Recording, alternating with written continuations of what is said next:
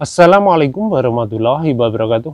Halo teman-teman, ketemu lagi dengan Caraku 55. Selamat menjalankan ibadah puasa buat teman-teman, dan semoga dalam keadaan sehat walafiat dan dimudahkan rezekinya. Kali ini saya akan membahas tentang yaitu murai batu, pasang dada dilombakan. Sebelumnya, murai batu ada beberapa faktor saat pasang badan waktu dilombakan ya teman-teman. Bisa saja yang pertama karena kondisi birahi. Birahi yang berlebih ini bisa juga burung hanya pasang badan. Yang kedua yaitu birahinya drop atau birahinya hilang. Istilahnya di bawah itu ada birahi, begitu naik di gantangan, burung ini bisa saja drop birahinya sehingga tidak akan mau melawan, dan emosinya juga nggak ada, birahinya juga drop seperti itu.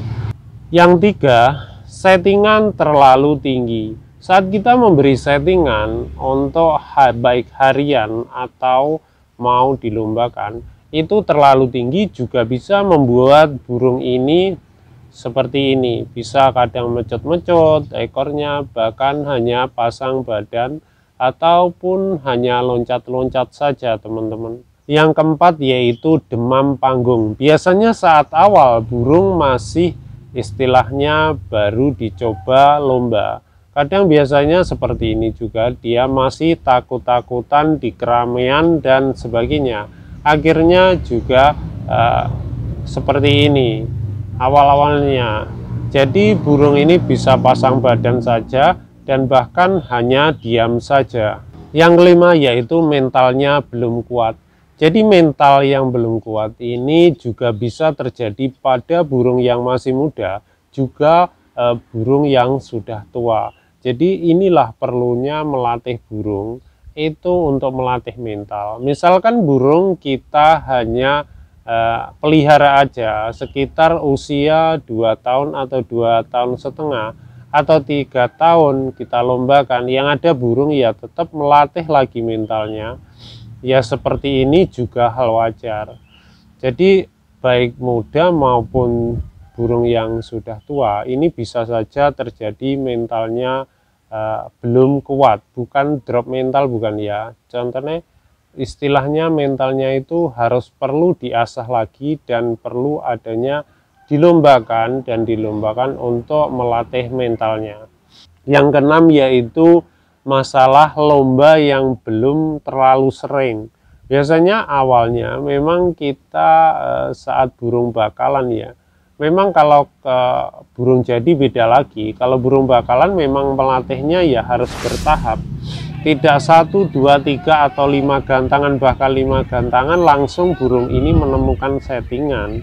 Jadi perlu proses adanya burung ini dilatih ke lapangan. Misalkan 2 minggu sekali harus kita latih untuk mencari settingannya, dan porsi pada jangkrik maupun kroto bisa kita kenali saat di lapangan. Jika terlalu hariannya berlebih, efeknya juga saat di lapangan teman-teman. Jadi hal ini itulah tanda-tandanya diantara dan solusi untuk mengatasi burung yang pasang dada saja saat dilombakan atau digantangkan.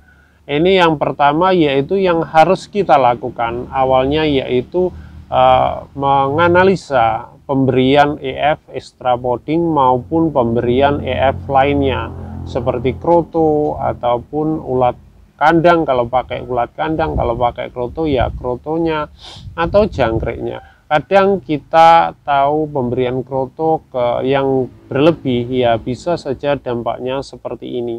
Jadi kita harus mengotak-ngatik gimana teman-teman, krotonya harus kita kurangi atau kita mampatkan. Misalkan krotonya seminggu, misalkan kita memberikannya itu tiap hari, jadi kita bisa pangkas seminggu 3 kali. Setelah 1 minggu atau 2 minggu kita lihat keadaan pada burung, kita coba dilombakan. Jika masih kurang harus kita pangkas lagi, yaitu seminggu 2 kali seperti itu. Kita coba lagi hal lain, yaitu jika masih belum tampil, bisa juga pangkas seminggu sekali. Bisa juga kita lihat nanti kita harus pangkas juga jangkriknya. Jadi proses ini harus kita jalani untuk menemukan settingan pada burung yang pas dengan karakter burung tersebut. Jadi teman-teman harus memahami sendiri karakter burungnya ini gimana, dan kita harus berani untuk mengurangi atau menaikkan porsi EF-nya. Yang kedua, tadi yang pertama masalah krotonya, sekarang kita harus menganalisa masalah pemberian jangkrik untuk harian. Kadang kalau kita memberikan berlebih, bisa dampaknya pada burung tersebut seperti itu, birahi atau bahkan gembung, bahkan terlalu di lapangan mainnya bisa nakal, kadang bisa cuma pasang badan karena porsi yang terlalu berlebih pada jangkrik mengakibatkan suhu tubuh pada murai batu itu meningkat, teman-teman. Jadi akibatnya bisa saja seperti birahi naik maupun emosinya naik. Jadi teman-teman bisa mengurangi porsi jangkriknya. Jika hariannya 10, bisa kita kurangi jadi 7 dulu atau 8 dulu. Kita lihat nanti 2 minggu atau 1 minggu lagi dilombakan. Jika kurang harus dikurangi lagi sekitar 2 atau misalkan 55 atau bahkan lebih rendah. Jadi teman-teman harus menyesuaikan burung ini, kurangnya harus kita kurangi sampai benar-benar burung ini pas ya teman-teman. Yang ketiga yaitu masalah penjemuran. Durasi penjemuran harus kita naikkan. Jadi biasanya durasi hanya kita jemur cuma 30 menit, bisa kita naikkan 1 jam. Untuk porsi penjemuran bisa seminggu 3 kali atau seminggu 5 kali, tergantung kebutuhan pada burung. Jadi kita coba dulu dengan penjemuran seminggu 3 kali, durasi 1 jam atau 1 jam setengah. Jadi nanti bisa lagi untuk minggu berikutnya, setelah dicoba di lapangan, kita naikkan lagi durasi penjemurannya. Kadang kalau burung terlalu kita menjemur terlalu porsi berlebih, misalkan seminggu terus-terusan, itu yang akibatnya burung bisa juga agak lemah kondisi dalam tenaganya karena dia kecapean pada penjemuran. Jadi teman-teman harus sesuaikan juga untuk penjemurannya. Yang keempat, settingan belum pas. Jadi settingan yang sudah pernah saya bahas kemarin-kemarin ya, settingan itu harus sesuai dengan burung.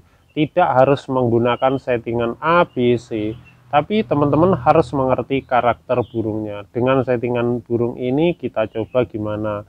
Kalau kurang ya kita tambahi, kalau berlebih ya harus kita kurangi teman-teman. Jadi teman-teman harus melihat karakter burungnya, karena teman-teman sendiri yang mengerti kondisi dan harus memahami karakter burungnya itu sendiri, akan mudah menemukan settingan. Jika belum menemukan settingan ya teman-teman harus dirawat biasa aja, normal aja. Nanti setelah burung agak gacor kira-kira ya baru kita setting ulang. Inilah teman-teman gunanya kita menganalisa pada burung kita untuk rawatan harian yang bisa menentukan kinerja di lapangan atau di lomba. Itu aja teman-teman dari saya, semoga bermanfaat dan selamat menjalankan ibadah puasa. Semoga teman-teman dalam keadaan kondisi sehat walafiat dan dimudahkan rezekinya. Terima kasih, berbagi ilmu itu indah. Wassalamualaikum warahmatullahi wabarakatuh.